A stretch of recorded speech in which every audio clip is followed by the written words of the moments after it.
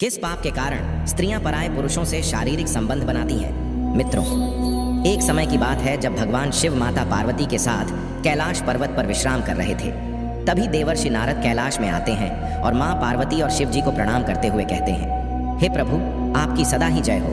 आप ही आदि और अनंत हैं प्रभु। आज जब मैं पृथ्वी लोक पर भ्रमण कर रहा था तब मैंने देखा कि कई सारी स्त्रियां शिव महापुराण का पाठ कर रही थीं और आप ही की पूजा मन से मग्न होकर कर रही थीं। जो स्त्रियां भी सर्व गुणों से संपन्न पति की चाह रखती हैं, वे सभी आप ही को जल चढ़ाती हैं। सोमवार के दिन उपवास तथा निर्जला व्रत करती है, आपको ही परम परमेश्वर रूप में पूजती है। हे प्रभु, आप जैसे पति पत्नी बनकर 7 जन्मों के फेरे भी लेती है। हे प्रभु, एक शाश्वत सत्य यह भी है कि माँ पार्वती और भगवान शिव की जोड़ी तीनों लोकों में अनंत काल से प्रख्यात है। किंतु आज मैंने एक विचित्र घटना को देखा कि कुछ स्त्रियां पति की आंखों में धूल झोंक कर अन्य पुरुषों के साथ अनैतिक संबंध बना रही थी। यह देख मेरे मन में 3 प्रश्न उठे। हे प्रभु, मैं इन्हीं प्रश्नों के उत्तर जानने हेतु आपके पास आया हूँ। कृपा करें और इस भक्त की आशंकाओं को दूर करें। मित्रों, तब भगवान शिव कहते हैं, हे नारद मुनि, आप अपनी शंकाओं को निसंकोच होकर कहें, मैं अवश्य ही आपकी शंकाओं का निवारण करूंगा। तब देवर्षि नारद कहते हैं, हे प्रभु, मेरा पहला प्रश्न है कि किस श्राप के कारण स्त्रियां पराये पुरुषों के साथ संबंध बनाती हैं। मेरा दूसरा प्रश्न है कि पति से धोखा करने वाली स्त्री के साथ क्या होता है। और तीसरा प्रश्न है, पति के अलावा अन्य पुरुष के साथ संबंध बनाने से स्त्री को कौन सा पाप लगता है। मित्रों, तब भगवान शिव कहते हैं, हे नारद मुनि, आपने समस्त नारी जाति के कल्याण हेतु महत्वपूर्ण प्रश्न किए हैं। इन सारे प्रश्नों के उत्तर मैं आपको इस एक कथा के माध्यम से देता हूँ। आप इसे ध्यान से सुने। जो भी स्त्री पुरुष इस कथा को ध्यान से पूरा सुनता है, उसकी सारी मनोकामनाएं पूरी हो जाती हैं तथा उसे मनचाहा जीवन साथी मिल जाता है। जो कोई इस कथा का प्रचार करता है, उन पर मेरी कृपा दृष्टि सदैव बनी रहती है। तब देवर्षि नारद कहते हैं, हे प्रभु, मैं इस कथा को पूरा ध्यान से सुनूंगा और इसका प्रचार भी करूंगा। कृपा करें और इस भक्त की जिज्ञासा को शांत करें। मित्रों, तब भगवान शिव कहते हैं, हे नारद मुनि, एक समय की बात है, ब्रह्मा जी ने जब सृष्टि निर्माण का कार्य शुरू किया था, तब स्त्री की रचना करने में उन्हें कई वर्षों तक अभ्यास कर हर अंग और उसके अंदर गुणों की रचना करनी पड़ी।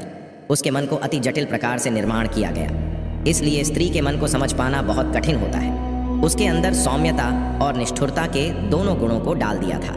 उसी प्रकार से उन्होंने स्वयं के शरीर से एक कन्या भी उत्पन्न की थी, जिसका नाम अहिल्या था। यह वही कन्या है जिसको मिले श्राप के कारण आज कई सारी स्त्रियां पराये पुरुषों के साथ अनैतिक संबंध बना रही हैं। इसी अहिल्या की कथा में आपको सारे प्रश्नों के उत्तर मिल जाएंगे। देवी अहिल्या अत्यंत सुंदर, गुणवान और चरित्रवान स्त्री थी, जिसे वरदान था कि वह हमेशा के लिए केवल 16 वर्ष आयु की ही सुंदर कन्या बनी रहेंगी और कभी भी उनकी सुंदरता कम नहीं होगी। फिर एक दिन जब ब्रह्मा जी ने उसे शिक्षा प्राप्त करने हेतु महर्षि गौतम के आश्रम में भेज दिया था, वह कन्या इतनी सुंदर थी कि उसे सारे संसार के देव और दानव अपनी पत्नी बनाने की इच्छा रखते थे।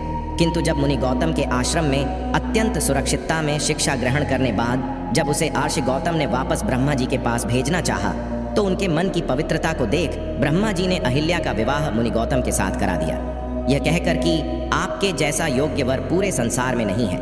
मित्रों, तब भगवान शिव कहते हैं, हे नारद मुनि, फिर कुछ दिन बीतने के बाद जब देवी अहिल्या गंगा तट पर स्नान करने हेतु गई थी, उसी समय देवराज इंद्र भी उसी वन में विहार करने के लिए आए थे। जब इंद्र की कुदृष्टि अहिल्या पर पड़ी तो वह उनकी सुंदरता को देख इतने मोहित हुए कि देवराज इंद्र अपने इंद्रिय की लालसा में उन्मत्त हो गए।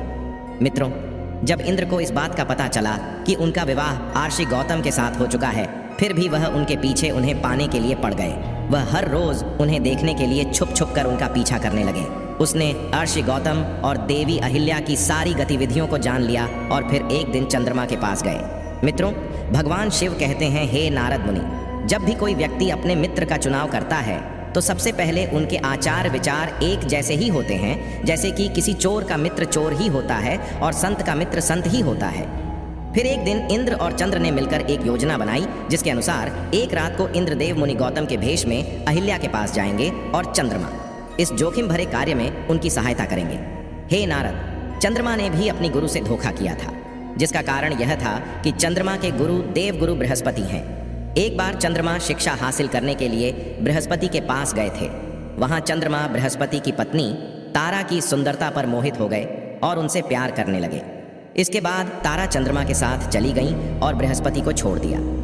चंद्रमा को भी इसके फलस्वरूप श्राप मिल चुका था। मित्रों, भगवान शिव कहते हैं, हे नारद मुनि, फिर एक दिन की बात है, देवराज इंद्र और चंद्रमा की योजना अनुसार इंद्र ने महर्षि गौतम का तथा चंद्रमा ने एक मुर्गे का रूप धारण कर लिया और वे दोनों ही आर्षि की कुटिया के पास पहुंचे। अभी रात्रि का दूसरा पहर समाप्त होने ही वाला था कि तभी मुर्गा बने चंद्रमा ने बांग लगा दिया, जिस कारण से मुनि गौतम की आंख खुल गई और वे उठकर गंगा में स्नान करने हेतु घर से बाहर निकल गए। वहीं दूसरी तरफ महर्षि गौतम बने देवराज इंद्र ने अहिल्या की कुटी में प्रवेश किया। तभी देवी अहिल्या को संदेह हुआ और वे कहने लगी, हे स्वामी, आप तो अभी अभी स्नान करने हेतु गए थे, फिर इतनी शीघ्रता से वापस लौटकर क्यों आए हैं? कोई समस्या है तो आप मुझसे कहिए। तभी मुनि रूप धारण करने वाले इंद्र बोले, हे देवी, मेरे मन में काम वासना जाग उठी है, आप इसे शांत कीजिए, फिर मैं स्नान पूजा आदि कार्य करने हेतु चला जाऊंगा। अपने पति को ऐसे व्याकुल देख देवी अहिल्या शर्माते हुए बोली, हे स्वामी, अभी तो प्रातः काल है, इस समय मुझे काम क्रीड़ा करना ठीक नहीं लगता। किंतु इंद्र ने अहिल्या को अपने पतिव्रता धर्म की कसम दिलाते हुए उन्हें शारीरिक संबंध बनाने पर मजबूर किया। मित्रों, भगवान शिव कहते हैं, हे नारद मुनि, दूसरी तरफ जब आर्ष गौतम स्नान करने हेतु जब गंगा तट पर गए तो उन्होंने देखा कि कोई भी अन्य व्यक्ति वहां पर नहीं था और काफी समय बीत जाने के बाद भी वहां गहरा अंधेरा छाया हुआ था। उन्हें जब किसी अनहोनी का आभास हुआ तब वे शीघ्रता से अपने घर वापस आए और उन्होंने देखा कि कोई अन्य व्यक्ति उनके जैसा भेष बनाकर उनकी ही पत्नी के साथ भोग विलास कर रहा है। आर्षि गौतम को देख अहिल्या और देवराज इंद्र अचरज में पड़ गए तथा शर्म के मारे दोनों ने झुकी नजर से अपने वस्त्र परिधान किए। तभी आर्षि गौतम को अपनी पत्नी की ऐसी हालत देख उन्हें बहुत गुस्सा आया और वे बोले, हे दुष्ट नारी, आज तुमने अपना पतिव्रता धर्म खंडित किया है। अभी इसी क्षण मैं तुम्हें त्याग देता हूँ। तुम्हें अपने और पराये पुरुष में कुछ भी भेदभाव महसूस नहीं हुआ है। तुमने देवी होकर भी ऐसा घृणित और सामाजिक निंदनीय कार्य किया है। आज मैं तुम्हें और समस्त नारी जाति को यह श्राप देता हूँ कि तुम कभी भी अपनी काम वासना को शांत नहीं कर पाओगी। हमेशा भोग विलास की चाह में तुम अपने धर्म को भी भूल जाओगी। मित्रों, भगवान शिव कहते हैं, हे नारद मुनि, देवी अहिल्या अपने पति के चरणों में पड़कर उनसे विनती करने लगी। वह करुण विलाप करते हुए क्षमा याचना करने लगी। फिर वे अपनी पत्नी से बोले, हे अहिल्या, तुमने आज न केवल अपने पतिव्रता धर्म को भंग किया है, बल्कि तुमने एक गुरु का भी भयंकर अपमान किया है, जिससे मुक्ति मिलना असंभव है। मित्रों, तभी देवी अहिल्या ने अपनी दिव्य शक्ति से ब्रह्मा जी का आह्वान किया, किंतु दूसरी तरफ उन्होंने श्राप देते समय बोला कि तुम्हारा शरीर हमेशा हमेशा के लिए पाषाण का बन जाएगा। मित्रों, तब भगवान शिव कहते हैं, हे नारद मुनि, उसी समय आर्षि गौतम ने जब देवराज इंद्र और चंद्र की तरफ देखा तो वे दोनों मुनि के गुस्से को देखकर स्वयं के असली रूप में आकर मुनि के चरणों में गिरकर गिड़गिड़ाने लगे। लेकिन गौतम ऋषि ने अपने कमंडल में जल उठाते हुए देवराज इंद्र को श्राप दिया कि जिस स्त्री की योनि की चाह में तुमने आज जो घृणित कार्य किया है, इसके फल स्वरूप तुम्हारे शरीर पर हजारों योनियां उत्पन्न हो जाएंगी। और चंद्र को भी उन्होंने श्राप दिया। मित्रों, उसी समय ब्रह्मा जी सहित अन्य देवता वहां पधारे। वे सभी हंस होनी को तो टाल ना सके, क्योंकि मुनि श्राप दे चुके थे। जब इन सारी बातों का पता देवताओं को लगा तब उन्होंने आर्षि गौतम से विनती की और अहिल्या के श्राप से मुक्ति का समय पूछा। तब मुनि गौतम ने बताया कि त्रेता युग में श्री हरि के अवतार राम आएंगे और इस पाषाण रूपी मूर्ति को पैर से छूने के बाद ही वह इस पाप से मुक्त हो जाएगी। तब तक के लिए इस स्त्री की आत्मा को घोर नरक की यातनाएं भोगनी पड़ेंगी।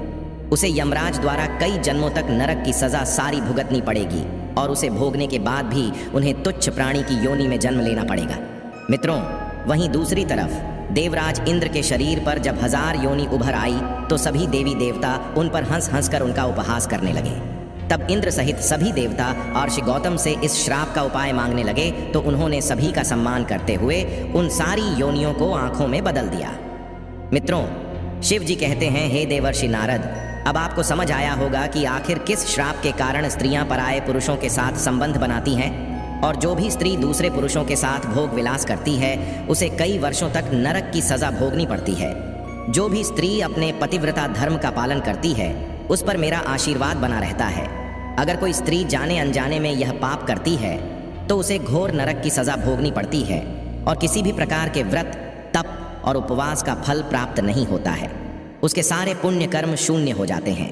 हे नारद, आपके तीसरे प्रश्न के अनुसार पति को धोखा देकर पराये पुरुष के साथ संबंध बनाने वाली स्त्रियों के सारे पुण्य समाप्त होते हैं और जो भी पुरुष दूसरों की पत्नी के साथ जबरदस्ती या मजबूरी में गलत कर्म पाप करता है उसे भी मृत्यु के बाद नरक में ही जाना पड़ता है और अगले जन्म में उस पुरुष को किन्नर की योनि प्राप्त होती है।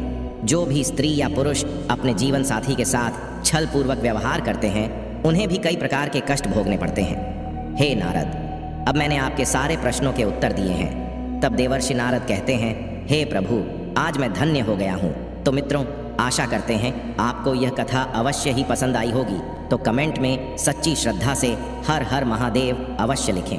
साथ ही चैनल को सब्सक्राइब करना ना भूलिए। आप सभी का धन्यवाद।